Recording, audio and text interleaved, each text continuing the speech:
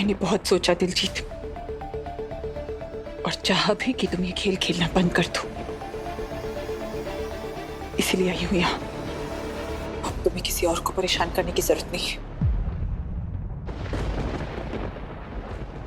क्योंकि मुझे तुम्हारी शर्त मंजूर है। अकीर को अंगद के हवाले करो।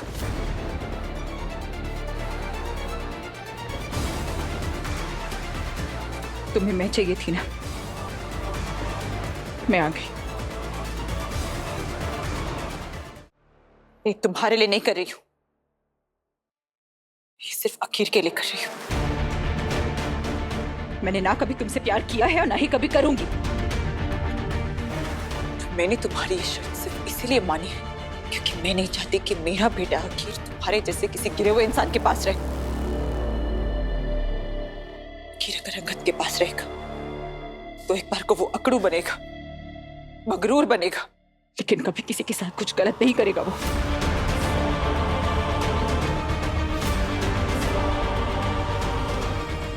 अकीर अंगद के साथ रहेगा तो कम से कम उसे सही और गलत का फर्क तो पता होगा। तुम्हारे साथ रह के मेरा बेटा एक घटिया इंसान बन जाए, ये मुझे हरगिज़ मंजूर नहीं होगा।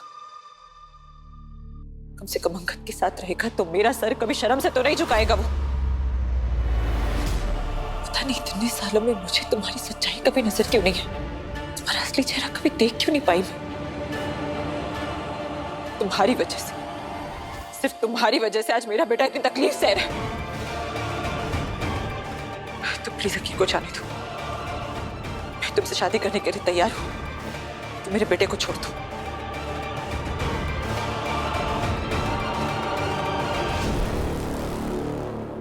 तुम्हें पता है साहिबा, मैंने तुम्हें प्रपोज करने के लिए सच्चे मोती की अंगूठी बनवाई थी, और वो अंगूठी खुद मुझे अंगद ने बनवा के दी थी। तुम कह रही हो कि मैं अंगद से भी ज्यादा गया गुजरा हूं।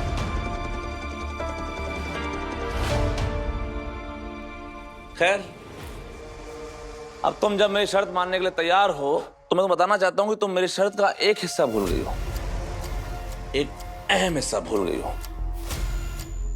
मैंने तुमसे कहा था कि अंगद तुम्हें विदा करेगा, अंगद तुम्हारा हाथ मेरे हाथों में देगा, अंगद बांधेगा हमारे दिलों की डोरियां हमेशा हमेशा के लिए। अगर तुम चाहती हो कि मैं अपने वादे पर कायम रहूं तो तुम्हें मेरी शर्त पूरी तरीके से पूरी करनी पड़ेगी। अंगद खुद हम दोनों को मिलाएगा।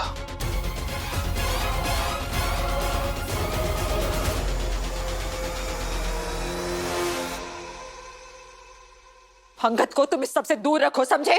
तुम अकीर के पापा को इस सब से दूर नहीं रख सकती साहिबा।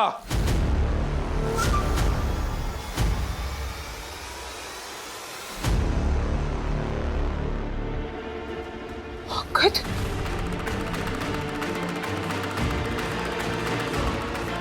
अंगद तेरा दिमाग खराब हो गया क्या? तेरी हिम्मत कैसे हुई मेरे घर में आके मुझे बंदूक तानने की?